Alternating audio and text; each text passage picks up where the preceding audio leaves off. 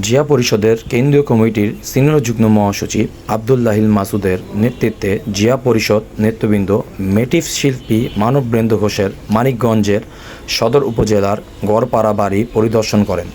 গত কয়েকদিন আগে আওয়ামী সন্ত্রাসী ও দুর্বৃত্তরা শিল্পীর বাড়িটির শিল্পকর্মের ঘরটি আগুন দিয়ে জ্বালিয়ে দেয়। বাসাটিতে রাখা সকল শিল্পকর্ম আগুনে ভূষীভূত হয়।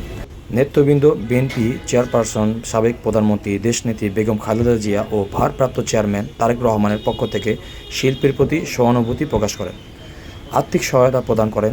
নেতৃবৃন্দ দুর্বৃত্তদের গ্রেপ্তার ও কঠোর শাস্তি দাবি জানান। এ সময় উপস্থিত ছিলেন জিয়া পরিষদ, সোনালী ব্যাংক, রূপালী ব্যাংক, বেসরকারি ব্যাংক সহ অন্যান্য থানার নেতৃবৃন্দ।